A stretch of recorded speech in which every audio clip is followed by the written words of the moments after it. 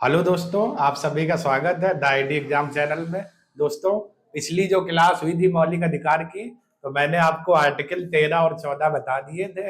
आज की क्लास में हम लोग देखेंगे आर्टिकल 15 क्या है और इस पर टिप्पणी करते हैं। ठीक है दोस्तों, और उम्मीद करते हैं कि आप सभी लोग स्वस्थ होंगे, मस्त होंगे, अच्छे से पढ़ाई कर रहे होंगे। और हाल में अभी एक एग्जाम आने वाला है दोस्तों, यूपीएसआई यानी कि सब इंस्पेक्टर, जिसको आप लोग क्या कहते हो, दरोगा। और इसमें 16 क्वेश्चन आपके संविधान से आएंगे, तो बहुत अच्छे से दोस्तों देखना संविधान की क्लास।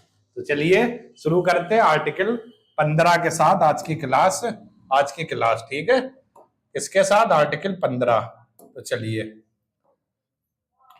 तो एक हेडिंग हम लोग देते हैं दोस्तों, और हेडिंग हमारी क्या रहेगी? अनुच्छेद 15। ठीक है, हेडिंग क्या रहने वाली है? अनुच्छेद 15। क्लियर? अनुच्छेद 15। ठीक है, तो ये जो हेडिंग है अनुच्छेद 15, तो इस अनुच्छेद 15 में किसके बारे में बताया गया है, क्या कहा गया है और आर्टिकल क्या ये कहता है। तो अनुच्छेद 15 की बात करें तो इसमें कहा गया है दोस्तों, जन्म, ठीक है, धर्म, या इसको ऐसे लिख देते हैं। सबसे पहले यहां से शुरुआत करते हैं। धर्म, जाति, जाति, रंग, रंग रूप, रंग रूप, लिंग और जन्म स्थान, लिंग और जन्म स्थान, लिंग और दोस्तों क्या हो जाएगा? जन्म स्थान। लिंग और जन्म स्थान, जन्म स्थान को लेकर भेदभाव नहीं किया जाएगा, को लेकर भेदभाव नहीं किया जाएगा, भेदभाव नहीं किया जाएगा, नहीं किया जाएगा। क्लियर दोस्तों? ये आर्टिकल 15 इतनी बात बोलता है। ठीक है, धर्म को लेकर के, जाति को लेकर के सॉरी दोस्तों, रंग रूप को लेकर के, लिंग को लेकर के और जन्म स्थान को लेकर के भेदभाव नहीं किया जाएगा। ठीक है, लेकिन कहीं कहीं आप लोग देखते हो आज भी जहां पर शिक्षा का अभाव है, तो वहां पर धर्म को लेकर के भेदभाव किया जाता है। ये इस धर्म के है, इस धर्म के है। जाति को लेकर के भेदभाव किया जाता है। ठीक है, जहां पर शिक्षा का अभाव है, लोग जागरूक नहीं है, तो वहां पर आज भी जाति बिरादरी और धर्म और जाति आज भी भेदभाव चलता है। तो अगर कहीं पर धर्म, जाति, रंग रूप, लिंग आदि को लेकर अगर भेदभाव हो, तो आप समझ जाना आर्टिकल 15 का उल्लंघन है। और जब आर्टिकल 15 या किसी भी मौलिक अधिकार का उल्लंघन होगा, तो अनुच्छेद 32 के तहत आप सुप्रीम कोर्ट में क्या कर सकते हो? शिकायत। अनुच्छेद 226 के तहत हाई कोर्ट में शिकायत। लेकिन धर्म, जाति, रंग रूप, लिंग को लेकर के भेदभाव नहीं किया जाएगा। लेकिन व्यवहार में बात करें तो आप लोगों ने देखा होगा, अगर अच्छी लड़की है, सुंदर सी, और काला लड़का है, तो लड़की उसको पसंद नहीं करती है क्योंकि काला है। और सुंदर लड़का है, काली लड़की है, तो लड़का पसंद नहीं करता है। और काला लड़का सरकारी जॉब में है तो हर कोई पसंद कर लेता है। तो आपने देखा होगा, तो रंग रूप को लेकर के थोड़ा हल्का अपने यहाँ चलता रहता है, और शादी विवाह इसी रंग रूप के हिसाब से ही अपने यहाँ होते हैं। ठीक है, लिंग, तो कोई भी व्यक्ति, स्त्रीलिंग हो चाहे पुल्लिंग हो, कोई भी लिंग का हो, तो भेदभाव नहीं करना है। जन्म स्थान, किसी का जन्म मान लेते बांग्लादेश में हुआ है या अन्य देश में हुआ है, ठीक है, और वो वहां से आकर के अपने इधर रहने लगा, ठीक है, म्यांमार से आकर के इधर रहने लगा, भूटान से आकर के अपने देश में रहने लगा, तो भेदभाव नहीं करोगे कि आपका जन्म उधर हुआ है, नहीं आप इधर नहीं रहोगे, वहीं पर जाओ। तो समान अधिकार प्राप्त है। तो आर्टिकल 15 क्या कहता है कि धर्म में जाति, रंग, रूप, लिंग और जन्म स्थान को लेकर के भेदभाव नहीं किया जाएगा। और क्या कहता है, तो और देखो जरा, और क्या कहता है, सार्वजनिक स्थल, सार्वजनिक स्थल, सार्वजनिक स्थल, ठीक है, सार्वजनिक मतलब सरकारी, ठीक है, जितने भी हो, होटल, क्लियर, पार्क, क्लियर, सड़क, क्लियर, कामा, पानी की टंकी के नीचे, पानी की टंकी के नीचे बैठने से मना नहीं किया जाएगा, बैठने से मना नहीं किया जाएगा, मना नहीं किया जाएगा, नहीं किया जाएगा, क्लियर। ये और भी आपकी बातें बोलता है, ठीक है, मतलब क्या कहता, सार्वजनिक स्थल जितने भी हैं, सरकारी स्थल, पार्क हो सकता है, होटल भी सरकार की तरफ से हो सकता है, सड़क आपकी, तालाब, इसी में और भी हो सकते हैं, सड़क, तालाब जैसे जोड़ दे, और तालाब, ठीक है, ये आपका हो गया, तालाब एक हो गया। तो अगर कोई व्यक्ति होटल में, पार्क में, सड़क के किनारे, तालाब में या पानी की टंकी के नीचे बैठा हुआ है, तो उसको आप हटा नहीं सकते हो, ये नहीं कहोगे इधर क्यों बैठे हो, सड़क किनारे क्यों बैठे हो, उसका मौलिक अधिकार है। तो आप भेदभाव नहीं कर सकते इन चीजों को लेकर के सार्वजनिक स्थल पर, ठीक है। तो कोई भी व्यक्ति किसी होटल में, रेस्टोरेंट में, सड़क, तालाब, पानी की टंकी के नीचे अगर वहां पर बैठता है तो उसको मना नहीं कर सकते हैं, नहीं तो मौलिक अधिकार 15 का क्या माना जाएगा, उल्लंघन माना जाएगा, उल्लंघन, क्लियर। और इसमें क्या बात कही गई है, और इसमें, अच्छा, और इसमें जो बात कही गई है वो बच्चों क्या है, कहा यह गया है, राज्य बच्चों और महिलाओं के लिए, बच्चों और महिलाओं के लिए, बच्चों और महिलाओं के लिए विशेष प्रावधान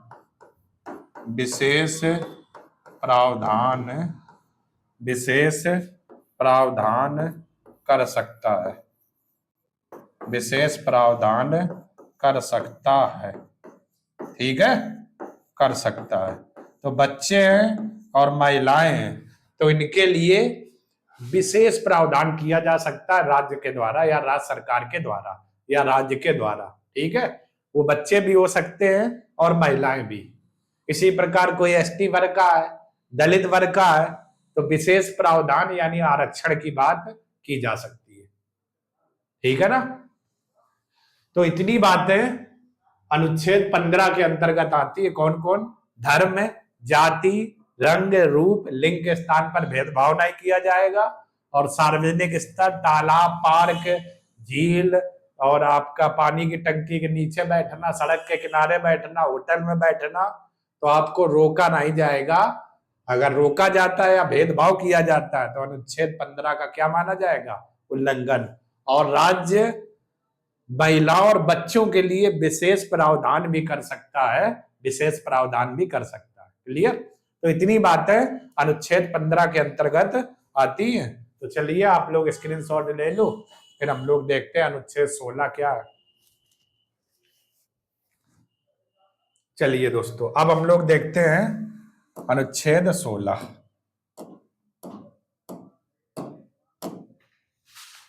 अनुच्छेद 16 क्या है,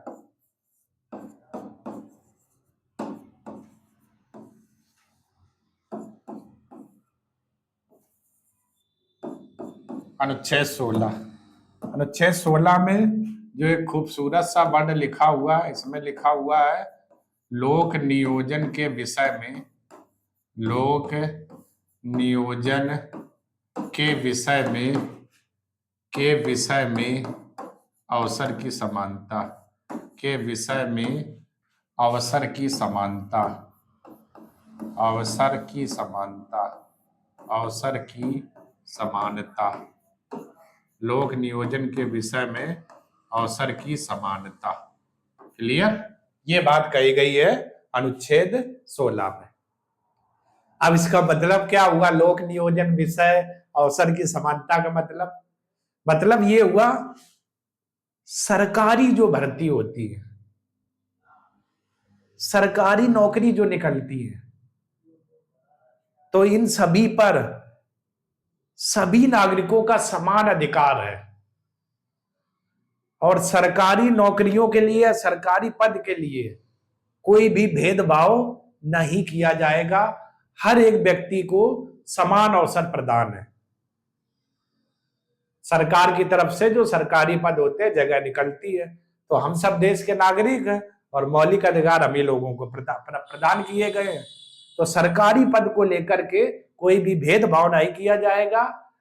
ये सरकारी पद हर एक व्यक्ति के लिए क्या है? समान है। ठीक है? तो मैं वही लाइन लिखता हूं क्या, कि सरकारी पद को लेकर, सरकारी पद को लेकर, सरकारी पद को लेकर सभी को समान अवसर प्राप्त होंगे। सभी नागरिकों को, सभी नागरिकों को समान अवसर प्राप्त होंगे, समान अवसर प्राप्त होंगे, अवसर प्राप्त होंगे।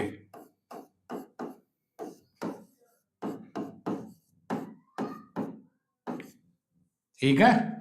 तो जितनी भी सरकार की तरफ से वैकेंसी निकलती, पद होते हैं, तो सरकारी पद को लेकर के हर एक नागरिक को देश में समान अवसर प्राप्त है। इसके आधार पर भेदभाव नहीं किया जाएगा, अन्यथा मौलिक अधिकार 16 का क्या माना जाएगा? उल्लंघन। तो और मैं लिख देता हूं, अवसर प्राप्त होंगे, ताकि चीजें आपको क्लियर रहे। अर्थात सरकारी पद को लेकर, सरकारी पद को लेकर भेदभाव नहीं किया जाएगा, लेकर भेदभाव नहीं किया जाएगा, भेदभाव नहीं किया जाएगा, नहीं किया जाएगा। क्लियर? तो जितने भी सरकारी आपके पद हैं, सरकार जो जगह निकालती है, तो इसमें तो सभी के समान अवसर प्राप्त है, सभी नागरिकों को। तो इनको लेकर के कोई भी भेदभाव नहीं किया जाएगा, हर एक व्यक्ति को समान अवसर प्रदान होंगे। क्लियर है ना बच्चों? ये आपका है। तो लोक नियोजन के विषय में अवसर की समानता, यानी सरकारी पद को लेकर के कोई भेदभाव ना किया जाए। स्क्रीनशॉट लो, फिर आगे इसी में और बात करें। और दोस्तों इसी में और क्या, एक तो ये हो गया, क्या और किसी के बारे में बताता? तो बिल्कुल बताता। आइए, और किस पर भेदभाव ना हो उसको भी जानते हैं। तो पहला, वेतन को लेकर भेदभाव ना हो, वेतन को लेकर भेदभाव ना हो, वेतन को लेकर भेदभाव ना हो, भेदभाव ना हो। ठीक है? तो जब पद है सरकारी तो वेतन, तो सरकार से कहा गया कि भाई मौलिक अधिकार आपको दिए गए, तो आपसे बताया गया राज से कि वेतन को लेकर के कोई भी भेदभाव नहीं करना है। जिस व्यक्ति की जैसी योग्यता हो और जिस पद पर हो, तो उसको वेतन दिया जाए। ऐसा ना हो आप वेतन दे नहीं रहे हो, बहुत कम दे रहे, ना के बराबर, तो वेतन को भी लेकर के भेदभाव नहीं करना है। दूसरा, अवकाश को लेकर के भेदभाव ना हो,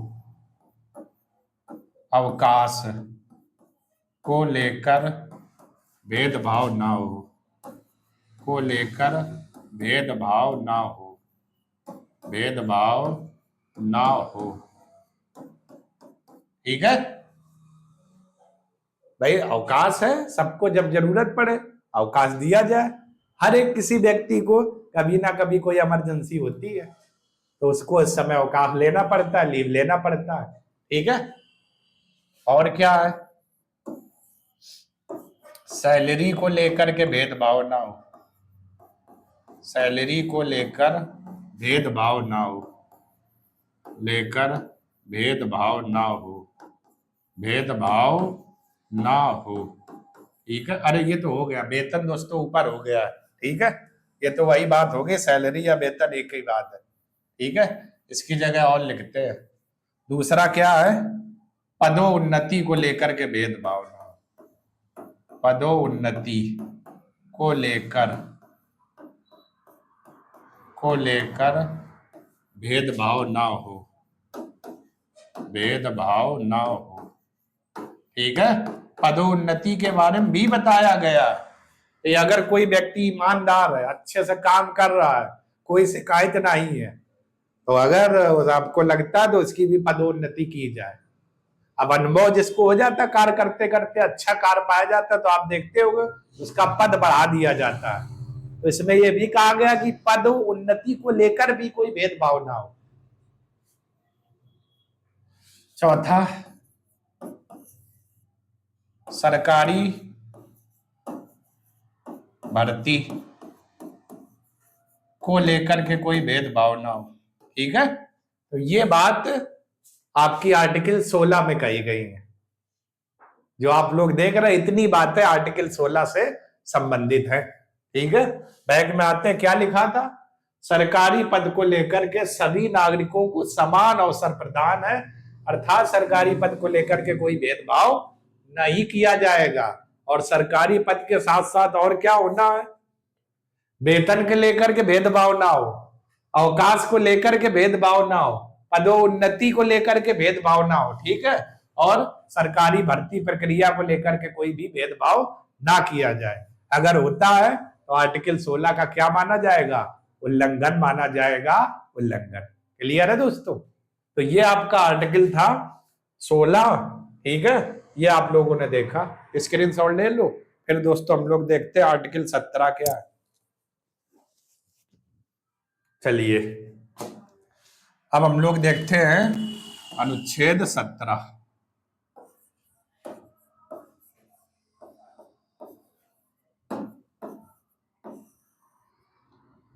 अनुच्छेद 17 ये क्या कहता है बच्चों। ठीक है, तो आर्टिकल 17 में बड़ा खूबसूरत सा शब्द लिखा हुआ है, अस्पृश्यता। अस्पृश्यता का अंत,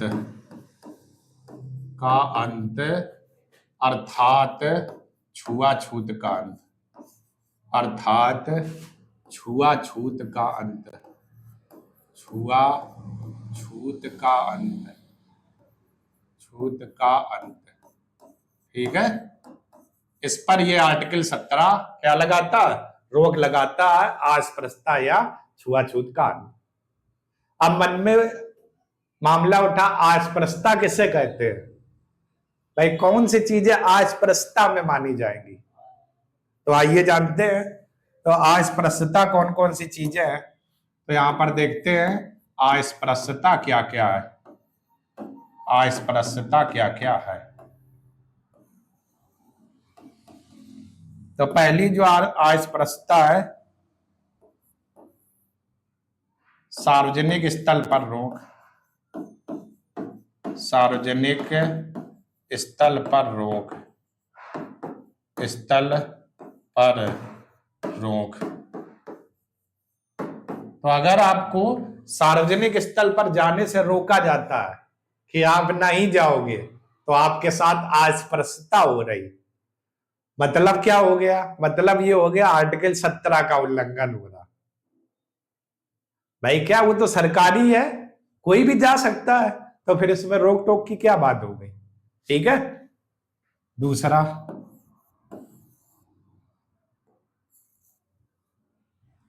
दूसरा जो है उस पर आते हैं। तो दूसरा हमारा क्या है, पूजा करने पर रोक, पूजा करने पर रोक।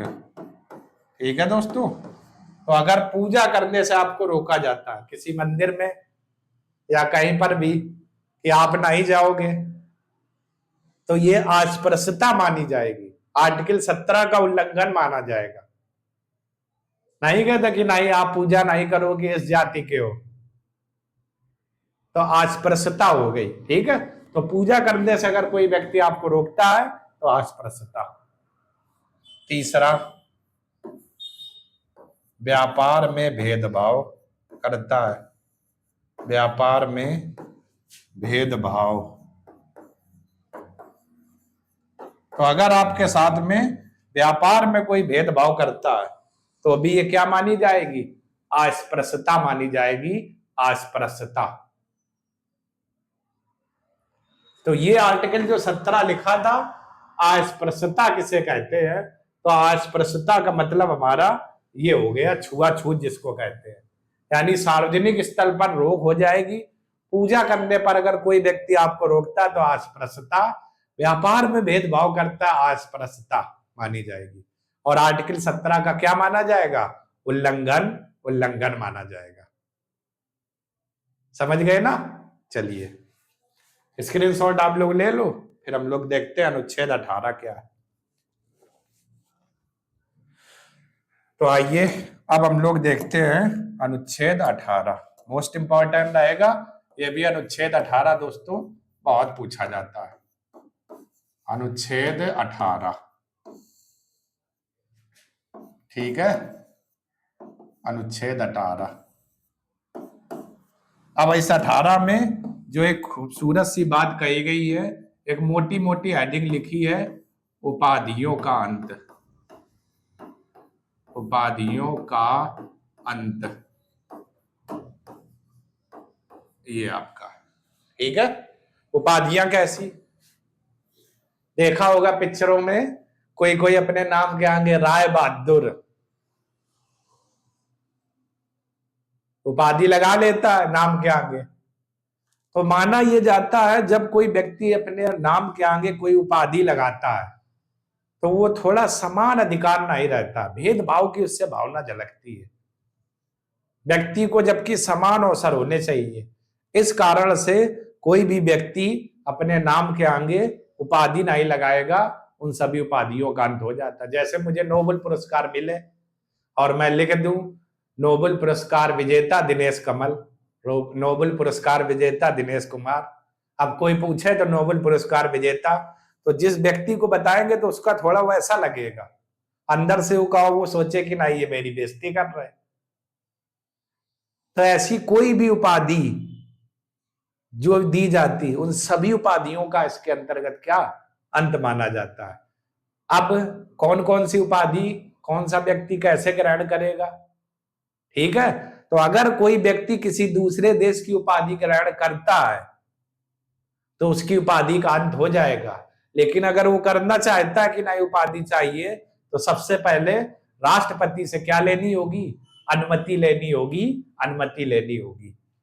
तो यहां पर मैं लिख देता हूं, यदि कोई व्यक्ति यदि यदि कोई व्यक्ति यदि कोई व्यक्ति किसी अन्य देश की किसी अन्य देश की अन्य देश की अन्य देश की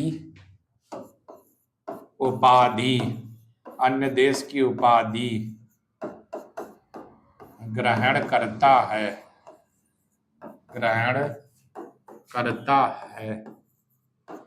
तो उसे राष्ट्रपति की अनुमति लेनी होगी। तो उसे राष्ट्रपति की अनुमति लेनी होगी, राष्ट्रपति की अनुमति लेनी होगी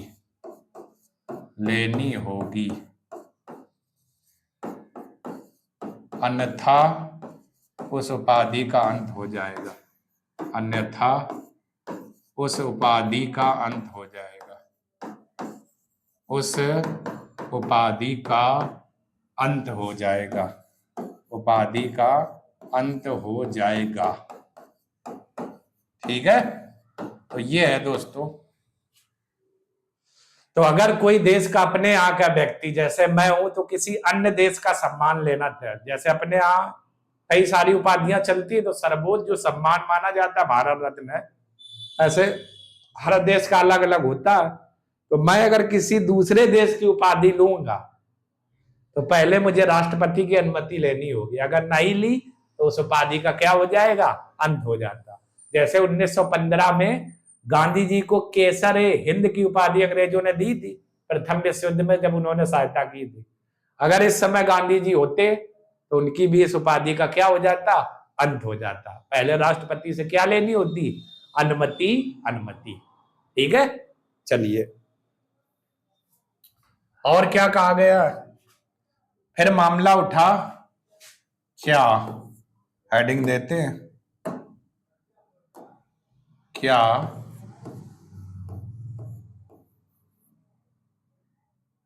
पुरस्कार। इससे पहले दोस्तों इधर आते हैं, अपवाद देख लेते हैं, फिर हम लोग देखते हैं क्या पुरस्कार वाला। यानी अपवाद कौन है, जिनका अंत नहीं होगा। अपवाद में किन किन उपाधियों का अंत नहीं होगा, जैसे सेना की उपाधि, सेना की उपाधि, ठीक है, ये अपनी मिल सकती, इन उपाधियों का अंत नहीं होगा। सेना, डॉक्टर, इंजीनियर, ठीक है, डॉक्टर हो गया, इंजीनियर हो गया, क्लियर, इन सभी उपाधियों का अंत नहीं माना जाएगा। सेना के लिए छूट है। अब अपने आम के नाम के आगे डॉक्टर वही व्यक्ति लिखेगा जो एमबीबीएस करे होगा या पीएचडी किया होगा, तभी तो अपने आगे डॉक्टर लिख सकता है। नहीं करे होगा फिर डॉक्टर लिखे तो फिर उसकी उपाधि का क्या माना जाएगा, अंत माना जाएगा। तो ये आपकी उपाधियां हैं जो अपवाद रहती है, जिनका अंत नहीं होता है। समझ गए दोस्तों? तो चलिए स्क्रीनशॉट लो, फिर आगे बात करें। और तो दोस्तों आगे चल करके एक मामला उठा था, क्या पुरस्कार उपाधियां हैं, क्या पुरस्कार उपाधियां हैं, क्या पुरस्कार उपाधियां हैं, उपाधियां हैं, ठीक है। तो अब कौन कौन पुरस्कार, तो जैसे देखते हैं, एक भारत रत्न था, भारत रत्न, नोबेल पुरस्कार, नोबेल पुरस्कार, ठीक है। तो जिस समय इनकी शुरुआत हुई थी तो भारत रत्न 1954 में शुरुआत की गई थी। तो उस समय मान ये लिया गया कि ये उपाधियों के अंतर्गत आते हैं, तो कुछ समय के लिए देना बंद कर दिए गए पुरस्कार। ये उस समय की बात बता रहे। लेकिन हुआ क्या, हुआ ये था एक केस आया था, Balaji Raghavan case, Balaji Raghavan case, Balaji Raghavan case. और ये केस बच्चों कब आया था, 1991 में, ठीक है, बालाजी राघवन केस। और इस केस में क्या कहा गया, इस केस में कहा गया पुरस्कार उपाधियां नहीं है, पुरस्कार उपाधियां नहीं है, बल्कि एक प्रकार का सम्मान है। उपाधियां नहीं है बल्कि एक प्रकार का सम्मान है, बल्कि एक प्रकार का सम्मान है, एक प्रकार का सम्मान है, क्लियर। तो इस केस में ये स्पष्ट कर दिया गया जितने भी पुरस्कार है ये उपाधियां नहीं है बल्कि एक प्रकार के क्या है, सम्मान है। तब से ये व्यवस्था विधिवत चली आ रही है, ठीक है। जैसे ये केस आया था बालाजी राघवन केस 1991 में, और इसी केस में कहा गया जितनी भी उपाधि पुरस्कार है सॉरी, वे एक भी उपाधियां नहीं बल्कि एक प्रकार के सम्मान है जो व्यक्ति को दिए जाते हैं, और तब से व्यवस्था विधिवत चली आ रही। क्लियर है दोस्तों? तो आइए, ये आपका था अनुच्छेद 18 यानी उपाधियों का अंत। ये आपकी इसकी क्या थी, हेडिंग। तो कोई भी व्यक्ति किसी अन्य देश की उपाधि ग्रहण नहीं कर सकता बगैर राष्ट्रपति की अनुमति लिए। यदि करता है तो फिर क्या, उसकी उपाधि का अंत हो जाएगा। अंत किसका नहीं होगा? सेना की उपाधि, डॉक्टर, इंजीनियर। फिर कुछ समय पर इन पुरस्कार पर रोक लगा दी गई क्योंकि इनको उपाधियां माना गया। लेकिन बालाजी राघवन के जैसे 1991 में आया तो इसमें स्पष्ट कर दिया गया कि जितने भी पुरस्कार है ये उपाधियां नहीं है, बल्कि एक प्रकार के क्या है, सम्मान है। क्लियर हो गया दोस्तों? तो ये दोस्तों थी आज की क्लास। और इस क्लास में आप लोगों ने देखा अनुच्छेद 14, 15, 14 नहीं, 15, 16, 17, 18, और उम्मीद करते हैं कि अच्छे से आपको समझ में आ गए होंगे। तो दोस्तों अगर वीडियो आपको पसंद आ रहा है तो आप लोग ज्यादा से ज्यादा शेयर करें और हमारे चैनल को लाइक करें, और वीडियो को लाइक करें, सब्सक्राइब करें चैनल को। फिर एक नई क्लास के साथ मिलते हैं, तब तक के लिए धन्यवाद बच्चों, धन्यवाद।